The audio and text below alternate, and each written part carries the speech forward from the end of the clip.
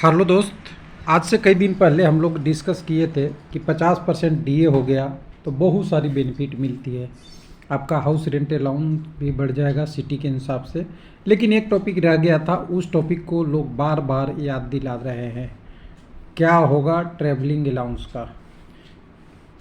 Travelling allowance कब मिलता है, कितना मिलता है, 25% कब बढ़ेगा, टीए रूल क्या है, 30%, 70% और 100% कब मिलता है, ट्रेन बस से जाए तो क्या मिलेगा, और फाइनली अगर पर्सनल व्हीकल से जाएंगे तो क्या मिलेगा।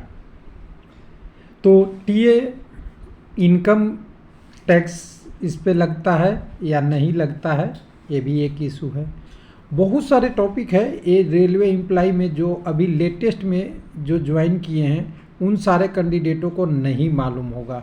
ये फैक्ट है और फैक्ट को समझने के लिए आपको बहुत ज़रूरी है कि इन सारी टॉपिकों से जुड़े रहें। तो चलिए चलते हैं इस वीडियो के डिटेल में और समझते हैं एक एक करके। कुछ सर्कुलर भी दिखाएंगे, कुछ रेलवे का रूल भी दिखाएंगे और कोशिश करेंगे कि ऐसे ही टॉपिक को लाकर जो हमारे चैनल पे रेलवे पहले कैंडिडेट थे अब रेलवे एम्प्लॉय बन गए हैं उनको क्या क्या बेनिफिट मिलता है साधारण भाषा में समझाया जाए उनको। तो पहला, ट्रैवलिंग अलाउंस ही क्यों कहते हैं या टीए को और भी नाम से बोला जाता है, तो और भी नाम बोला जाता है एक, वो भी आप देख लीजिएगा। ट्रैवलिंग अलाउंस या ये इसी टाइप से होता है, वो भी एक जो होता है। कई बार टीए डीए भी जोड़ दिया जाता है और कुछ जोड़ दिया जाता है इसके साथ। डीए इसलिए कि डीए के साथ इसका रिलेशन है जो 7th सीपीसी में है। तो सबसे पहले कब मिलता है, पहला क्वेश्चन होगा आपके मन में। दूसरे मन में कितना मिलता है। तो कब मिलता है का सवाल ये है कि आप कोई भी मान लीजिए आपका एच क्यू क्या होता है, हेड क्वार्टर। हेड क्वार्टर क्या होता है, जहां आपको रिपोर्ट करना होता है ड्यूटी का। कोई ज़रूरी नहीं है हेड क्वार्टर हो तो बहुत बड़ा हो। हेड क्वार्टर एक पिलर भी हो सकता है रेलवे का, या एक कैबिन भी हो सकता है, या वर्कशॉप भी हो सकता है, या बहुत बड़ा एरिया भी हो सकता है। समझिएगा कंसेप्ट को, कुछ लोग इसको गलत तरीके से जोड़ते हैं। तो आपका जहाँ पे रिपोर्ट करना है, मान लीजिए आपको बोल दिया गया कि आपको न्यू दिल्ली रेलवे स्टेशन के केबिन नंबर 1 पे आपकी ड्यूटी है, वहीं पोस्टिंग है, रेगुलर आपको ड्यूटी करनी है। लेकिन न्यू दिल्ली के केबिन के बदले आपको गाजियाबाद का केबिन पे ड्यूटी मिलेगा। इस डिस्टेंस को मेजर किया जाता है ट्रैवलिंग अलाउंस के लिए। इसी तरह मुंबई में ड्यूटी है, आपका मुंबई से ड्यूटी भिवंडी मिल गया, कल्याण मिल गया, या छत्रपति शिवाजी से और कोई मिल गया। उसी तरह आपको चेन्नई से आपको कुछ आसपास एरिया में मिल गया, सिकंदराबाद हैदराबाद वाला एरिया से कहीं मिल गया। वो सारे रेलवे में जितने एरिया कवर होते हैं उसमें आपको 8 किलोमीटर से ज़्यादा का आपको टीए मिलता है। किस लिए? ड्यूटी करने के लिए। अब यहाँ सवाल उठता है कि 8 किलोमीटर के बाद कितनी दूर तक, तो जितनी दूर तक जाए कोई बात नहीं, आपको भेजा जाता है तो आपको जाना पड़ेगा। तब कहेंगे कि 8 किलोमीटर तो बेनिफिट था कि मैं 1 किलोमीटर 8 किलोमीटर जाता तो हमें ज़्यादा मिल जाता।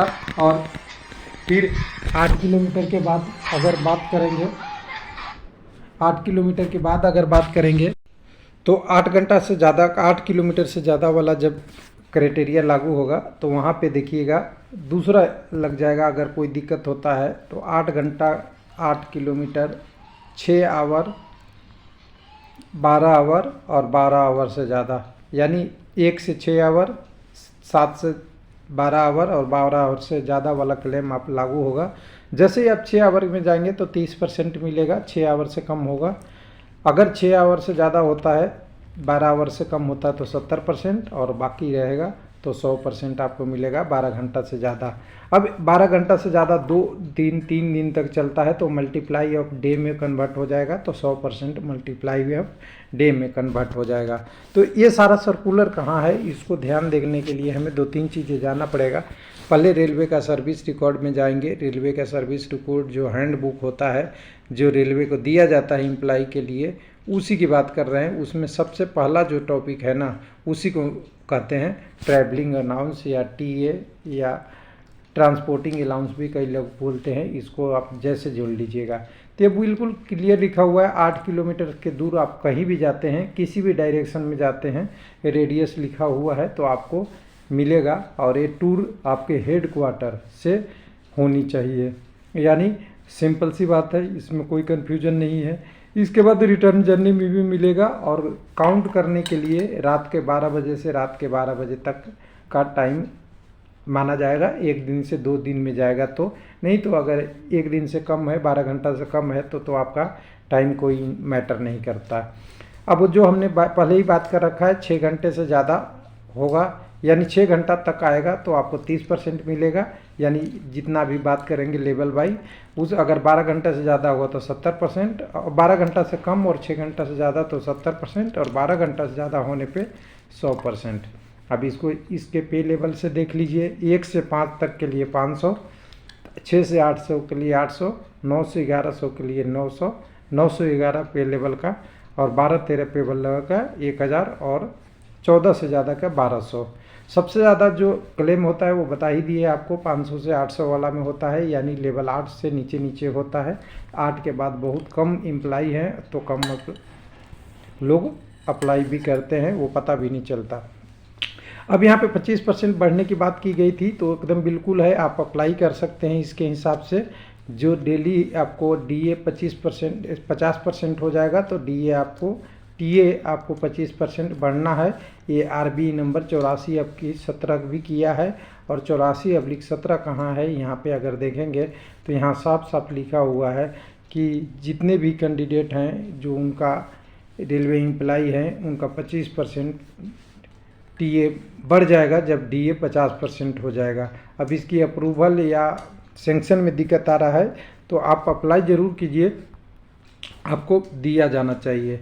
अगर 50% पे 25% बढ़ गया तो ये मिनिमम जो हो जाएगा 625 हो जाएगा, जो 12 घंटा से ज़्यादा के लिए है। ये अमाउंट जो दिख रहा है वो 12 घंटा से ज़्यादा का है। 800 वाले का 1000 हो जाएगा, 900 वाला का और ऊपर होगा, 1000 वाला का अगर 25% बढ़ जाएगा तो 1250 हो जाएगा, और 1200 वाला का और बढ़ गया तो वो ऊपर 1400 कुछ हो जाएगा। तो ये डिटेल है, इस डिटेल के हिसाब से आप क्लेम कर सकते हैं, आगे बढ़ सकते हैं। अब इसमें 2-3 क्वेश्चन ये रह गया कि अगर हमने 70% वाला ले लिया तो उसी दिन 100% वाला ले सकते हैं या नहीं। तो देखिए 100% क्राइटेरिया अगर ले लिए तो 24 आवर तक का ये वैलिड हो गया, 12 से ज़्यादा और 100%। अगर वही चीज़ें रिपीट होती है पर डे तो आदमी की ड्यूटी भी करना होता है, बहुत सारे इशू होता है, सोना भी होता है, तो उस हिसाब से ये लिमिट किया जाता है और कंट्रोल हो जाता है। 100 डे लॉन्ग टूर में होता है, लॉन्ग टूर रहेगा तब। और नॉर्मल ड्यूटी में जो 8 घंटा की ड्यूटी होता है वो ज़्यादा 30% और 70% वाला 1-2 दिन तक होता है, वही चलता है, ज़्यादा नहीं चलता है, क्योंकि रेलवे भी इसको कंट्रोल करता है, TO को ज़्यादा नहीं देने देता है। अब तीसरा सवाल था कि ट्रेन, बस और पर्सनल गाड़ी से किसी से जा सकते हैं क्या? तो बिल्कुल जा सकते हैं, किसी से जाएंगे तो आपको कोई मना ही नहीं है, आपको क्लेम मिलेगा, बस ऑफिशियल ड्यूटी लगनी चाहिए। अब इसमें इशू ये है कि जब हम ट्रेन से जाएंगे, बस से जाएंगे, पर्सनल से जाएंगे तो ये ट्रेवलिंग अलाउंस मिलेगा, कैसे मिलेगा उसका विवरण। तो देखिए ट्रेवलिंग अलाउंस ये है, आपका ट्रेवलिंग अलाउंस में केवल TA ही नहीं है, यानी किराया नहीं है जाने का, इसमें आपका मील का भी है, यानी खाने या भोजन, पीने, पानी सबका है। साथ में आपका रहने ठहरने के लिए होटल, गेस्ट हाउस, घर या सब कुछ को मिला के ये मिलता है ट्रेवलिंग अलाउंस। तो इसको आपको बेनिफिट मिलता है, इसलिए केवल आप कन्वेंस पे नहीं जाए। अब सवाल उठता है कि ट्रैवलिंग अलाउंस टैक्स बेनिफिट देता है क्या, जो आज के एक डेट में सबसे बड़ा हॉट टॉपिक हो जाता है।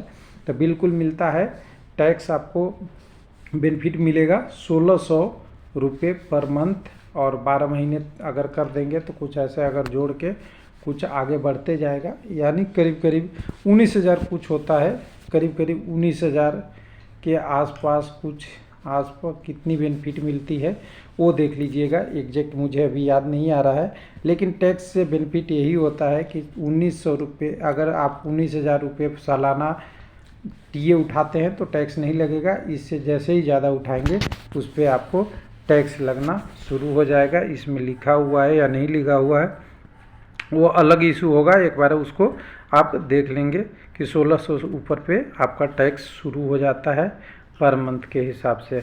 अब इसमें एक सवाल लग गया था कि टीए रूल क्या है, तो टीए रूल तो 3 तरीके से गवर्न करता है।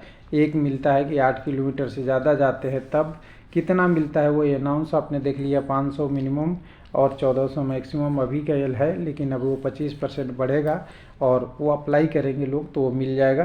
प्लस आपको 6 आवर 12 आवर 14,000 का क्राइटेरिया पे मिलता है। अब अंतिम सवाल उठता है यहाँ पे कि ये सारा मिलेगा, अगर मेरा क्लेम क्लियर नहीं होता है तो कैसे करें। तो हेड क्वार्टर से आपको 8 किलोमीटर दूर की ड्यूटी जाने को मिल रहा है, तो कम से कम हेड क्वार्टर ऑफिस में आप जाके मालूम कर सकते हैं, अपने सीनियर से मालूम कर सकते हैं कि 25% मैं अप्लाई करूं या नहीं कर सकूं, वहीं से आपको सोल्यूशन मिलेगा। लेकिन RB 84/70 के हिसाब से आप एलिजिबल हैं, आप DA 50% हो गया है, सैलरी स्लिप में भी लग गया है, तो आप एलिजिबल हैं। थैंक यू, धन्यवाद।